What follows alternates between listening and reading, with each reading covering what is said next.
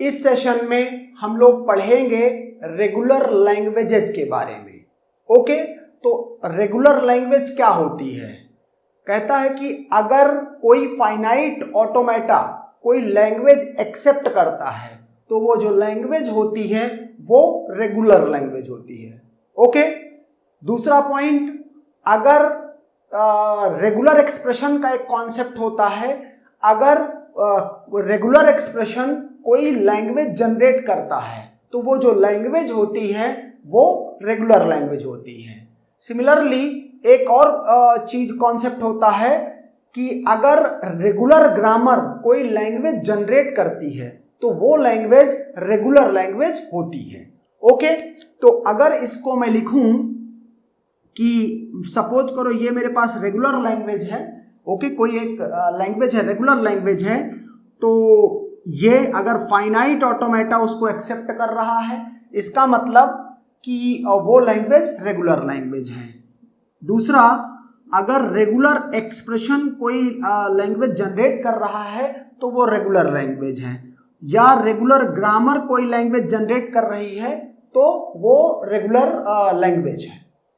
दूसरा, इसमें इसको ऐसे भी बोला जा सकता है कि अगर कोई फाइनाइट ऑटोमेटा है तो वो हर हाल में रेगुलर लैंग्वेज ही एक्सेप्ट करेगा। ओके, या कह लो कि अगर कोई फाइनाइट ऑटोमेटा है तो उसके रिस्पेक्टिव कोई ना कोई रेगुलर एक्सप्रेशन जरूर होगा। अगर कोई रेगुलर एक्सप्रेशन है तो उसके रिस्पेक्टिव रेगुलर ग्रामर जरूर होगी। ओके, यहां से ऐसे भी बोल सकते हैं कि मीन्स फाइनाइट ऑटोमेटा के रिस्पेक्टिव कोई ना कोई, जो फाइनाइट ऑटोमेटा में लैंग्वेज एक्सेप्ट हो रही होगी उसके रिस्पेक्टिव कोई ना कोई रेगुलर ग्रामर जरूर होगी। मीनिंग कि ये जो चारों कॉन्सेप्ट है रेगुलर लैंग्वेज का, फाइनाइट ऑटोमेटा का, रेगुलर एक्सप्रेशन का, रेगुलर ग्रामर का, वो सब एक तरह से किन्हीं मायनों में इक्विवेलेंट है। ओके, बिकॉज चाहे फाइनाइट ऑटोमेटा हो, चाहे रेगुलर एक्सप्रेशन हो, चाहे रेगुलर ग्रामर हो, दे ऑल जनरेट और एक्सेप्ट द रेगुलर लैंग्वेज। और अब हम देखेंगे रेगुलर लैंग्वेज पर बेस्ड कुछ पॉइंट्स जिनको हमें रिमेंबर करना है। इसमें से पहला पॉइंट है L = 5 where L is a language. Okay, तो L = 5 का मतलब क्या हो गया? इसको बोलते हैं एम्प्टी लैंग्वेज। इसको क्या बोलेंगे? Empty language. ओके, और जो ये एम्प्टी लैंग्वेज होती है ये हमेशा कौन सी लैंग्वेज होती है? रेगुलर लैंग्वेज होती है। ओके, दूसरा, कोई भी इनपुट अल्फाबेट हो, सिग्मा, ओके, तो सिग्मा स्टार, इसको हमेशा क्या बोला जाता है? इसको बोला जाता है universal language. Universal language over alphabet sigma. तो ये भी हमेशा क्या होती है? ये हमेशा रेगुलर लैंग्वेज होती है। Okay, every finite language is always regular language. बहुत ही इंपॉर्टेंट पॉइंट है और गेट में इस पे क्वेश्चन भी आ चुका है। ओके, कि अगर कोई लैंग्वेज है वो फाइनाइट है, लैंग्वेज क्या होती है? एक सेट होता है जो है जिसमें स्ट्रिंग्स होती हैं।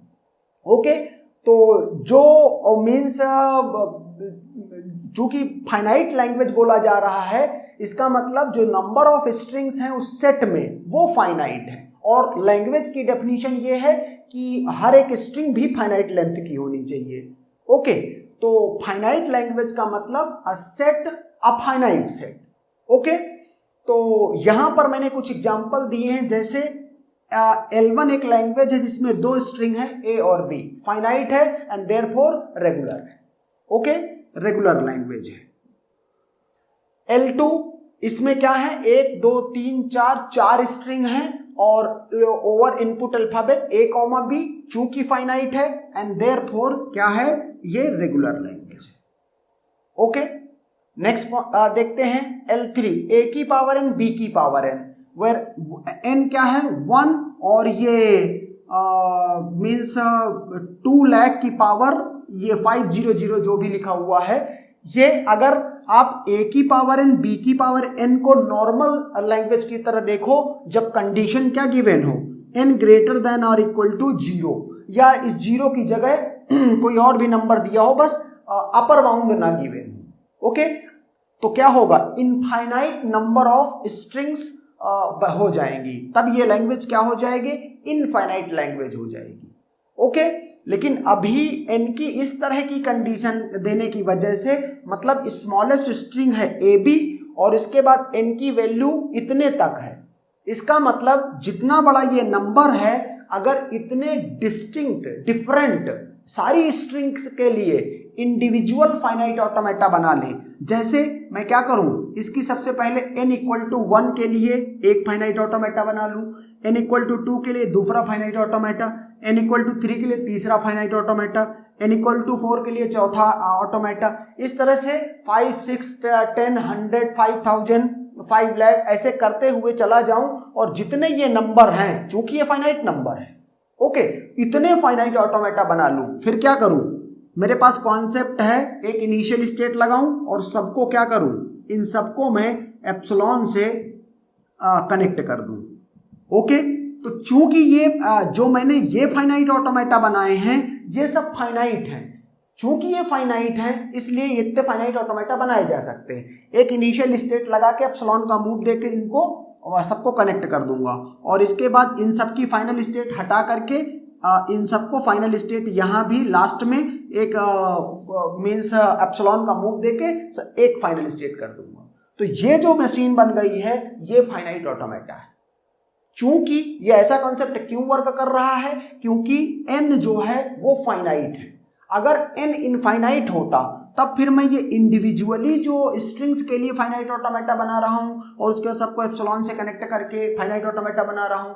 अगर n अनबाउंडेड होता तो फिर आप ये काम नहीं कर सकते थे। फिर आपको कैसे पता चलेगा कि आप जितनी भी स्ट्रिंग्स इस लैंग्वेज में थी आपने सबको बना दिया है। ओके, तो अगर ये n greater than equal to 0 है तब तो ये रेगुलर लैंग्वेज नहीं है, लेकिन अगर n फाइनाइट है तो फिर ये रेगुलर लैंग्वेज है। ओके, तो ये रेगुलर लैंग्वेज है। Now come to L4, same concept, a की पावर n, b की पावर n, c की पावर n। n जो अगर आप देखो इसको, ये अपर बाउंड है और ये लोअर बाउंड है, इसकी वजह से n क्या हो, ये मीन्स ये लैंग्वेज कैसी हो गई है, फाइनाइट लैंग्वेज हो गई है। अगर इसमें n ग्रेटर देन और इक्वल टू 0 होता तो ये लैंग्वेज ना ही रेगुलर है और ना ही कॉन्टेक्स्ट फ्री लैंग्वेज है। ओके, उस केस में फिर ये कॉन्टेक्स्ट सेंसिटिव लैंग्वेज होती या मीन्स रिकर्सिव न्यूमरेबल लैंग्वेज होती अगर ये कंडीशन होती। ओके, अब चूंकि n फाइनाइट है और इस वजह से ये लैंग्वेज जो L4 है ये क्या है, रेगुलर लैंग्वेज है। Similarly consider the question L6 means E part L6, जो लैंग्वेज है वो क्या है, a की power p, where p is a prime number and p is in between prime number 1 और प्राइम नंबर 3, ये जो भी नंबर लिखा हुआ प्राइम, ओके, ये नंबर प्राइम नंबर है, इसके बीच के जितने भी प्राइम नंबर्स हैं वो यहाँ पे आएंगे।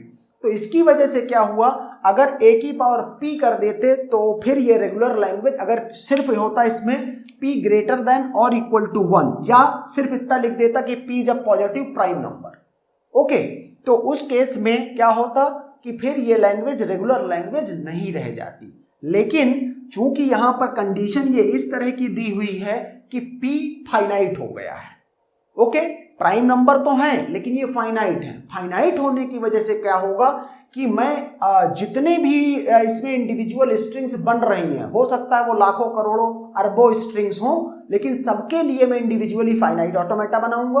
ओके, और उसके बाद क्या करूंगा कि एक इनिशियल स्टेट एक फाइनल स्टेट लगा करके सबको एक से कनेक्ट कर दूंगा, तो एक फाइनाइट ऑटोमेटा बन जाएगा इस लैंग्वेज की सारी स्ट्रिंग्स के लिए।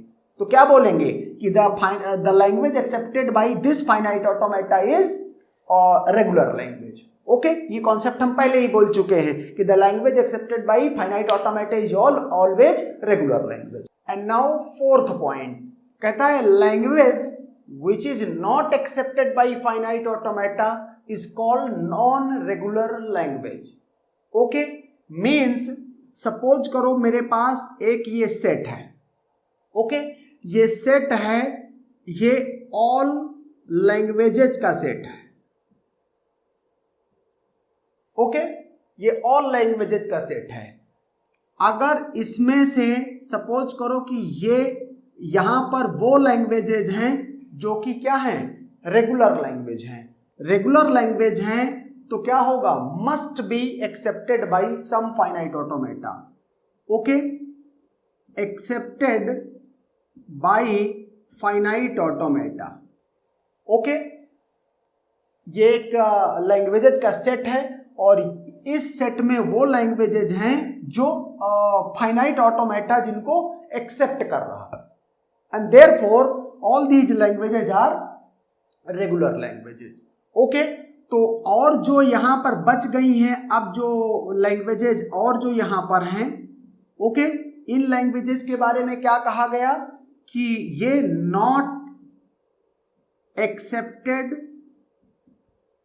Bye finite automata.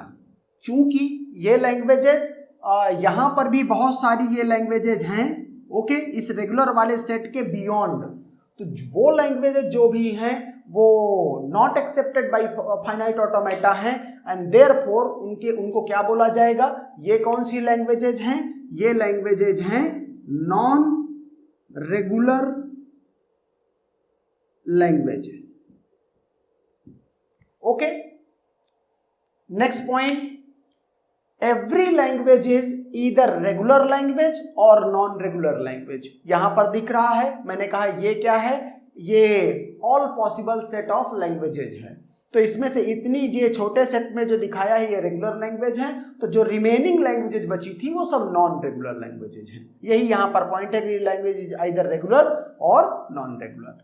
ओके, दूसरा point, no language can be both regular and non regular. कोई लैंग्वेज ऐसी नहीं हो सकती एक टाइम पे कि वो रेगुलर भी हो और नॉन रेगुलर भी हो. क्यों? क्योंकि अगर रेगुलर है तो उसका फाइनाइट ऑटोमेटा है, और अगर वो फाइनाइट ऑटोमेटा उसका नहीं है तो फिर वो उसका फाइनाइट ऑटोमेटा बनाना पॉसिबल नहीं है, तो मतलब वो नॉन रेगुलर लैंग्वेज है.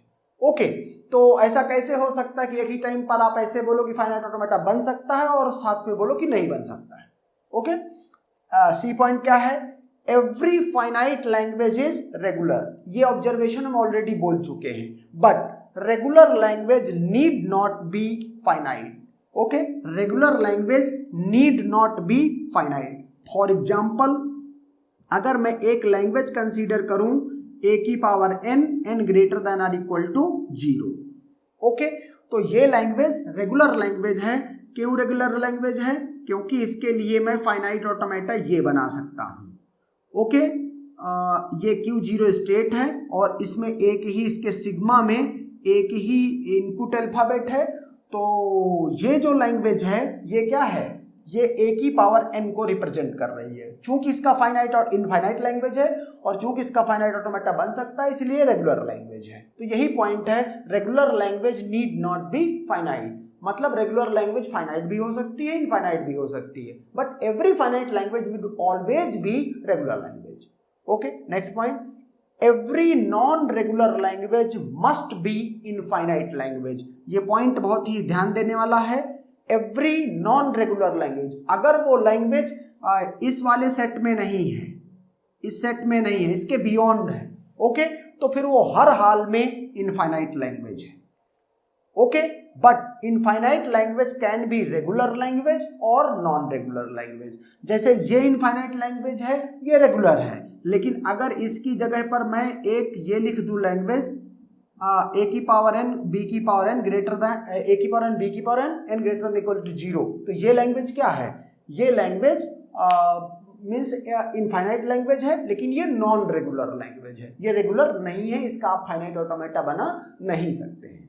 Okay, and that's done.